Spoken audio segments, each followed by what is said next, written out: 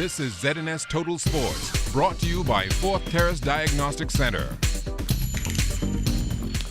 This is your first look at sports. I'm Jonathan Benson. CR Walker Knights coach Trevor Grant not too happy with the state of senior boys basketball in the government school ranks, and tonight he's speaking out about it.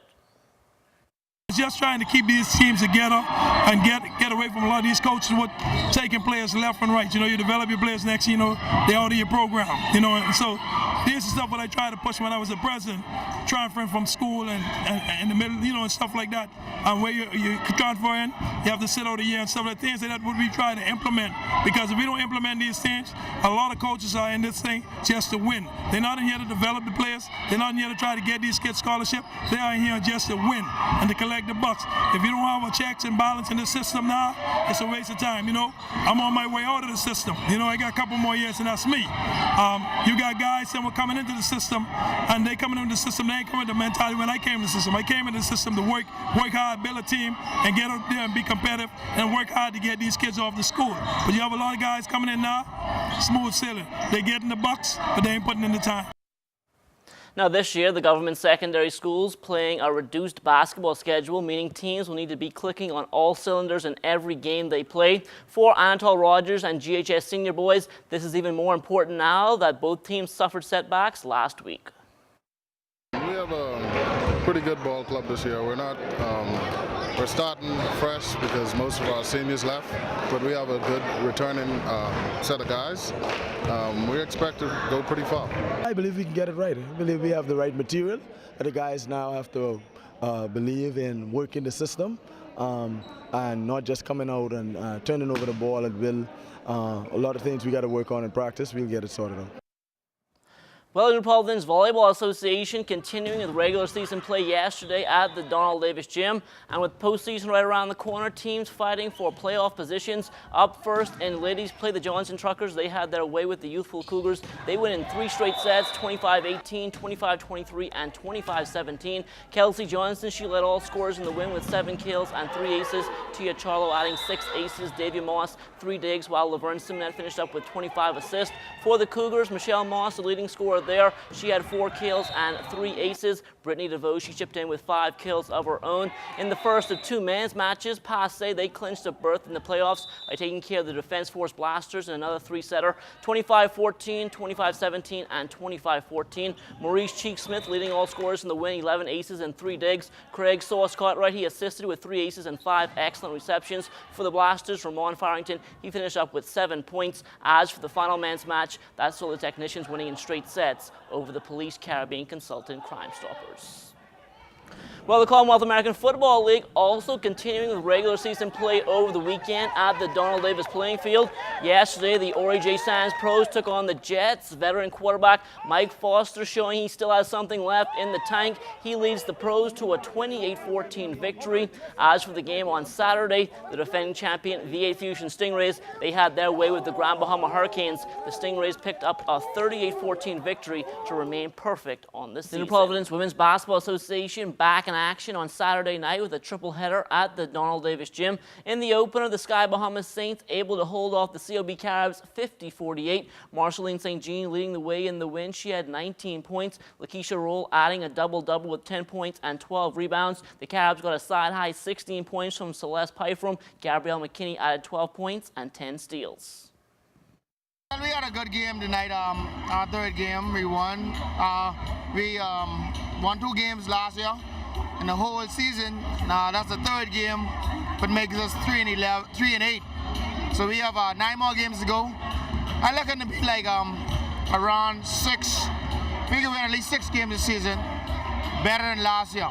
This is our 2nd year in the league. I'm not looking to win no championship right now and make no playoffs and win.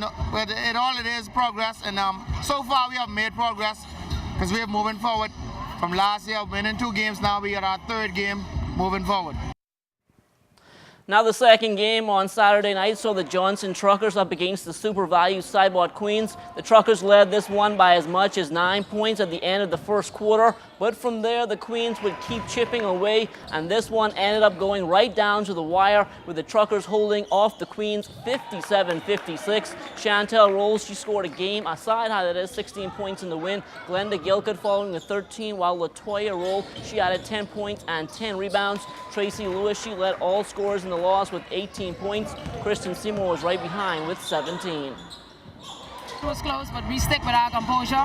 What we did, we drop off the press, drop off the zone, and we went man to man. So far this year with the Truckers, we've been leading going into it, and we just can't finish.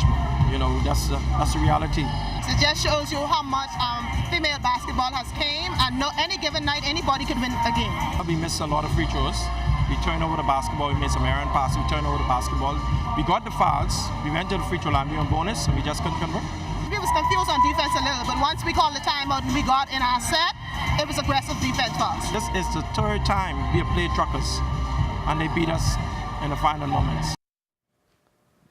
Now the feature game on Saturday night was a matchup between the defending champions, the Career Builders Cheetahs, and the Bomber G Operators. The Angels jumped out to a quick 8-point lead at the end of the first quarter. That lead held through the half, but by the time the end of the third quarter rolled around, the ball game was tied at 32-all.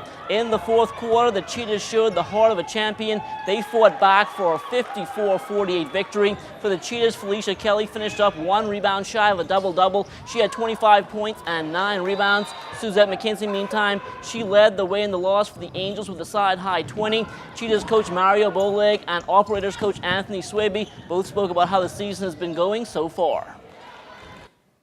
Defensively, we coming around. I think our conditioning is improving from the league before we started, and that's what's most important going in the second half, being a better conditioned team than the other 5, which I think Cybots, Angels, and Truckers going to give us our greatest competition. But we have proven down in the latter part of these games when they're close that we had the better leg. So if we continue our conditioning in the upward position, we should be able to continue to be on top as we are right now. I think as long as the girls go on the court and play as a team, we'll be fine. Our defense have started to come around, and we just got to turn back on our turnovers. Even when we win games, that the turnovers are just too high. Well, the Grand Bahama Basketball Association rolling along with its night league season. Compared to years past, some may say the level of play has dropped a bit, but there's a reason for that, says President of the Bahamas Basketball Federation, Charlie Softly Robbins. All basketball has a cycle, and Grand Bahama is going through that cycle now. But you know, when you see Scott Forbes is back and a couple of other players is back in Grand Bahama, then basketball could be coming back. Now, in an effort to rejuvenate basketball in Grand Bahama, Softly says they have also decided to take the Federation's national championships there this April. We hadn't been to Grand Bahama in 10 years, so we go in there this year to try to see if we can help Grand Bahama to come back to be strong. You know, most of our national team players comes out of Grand Bahama, and those things, I think Marvin Gray is back home, so a couple of the players now are about to come back home. So I think give Grand Bahama 2 or 3 years and they'll be back to where they used to be. And that will do it for sports, but stay tuned and look around the region right after the break.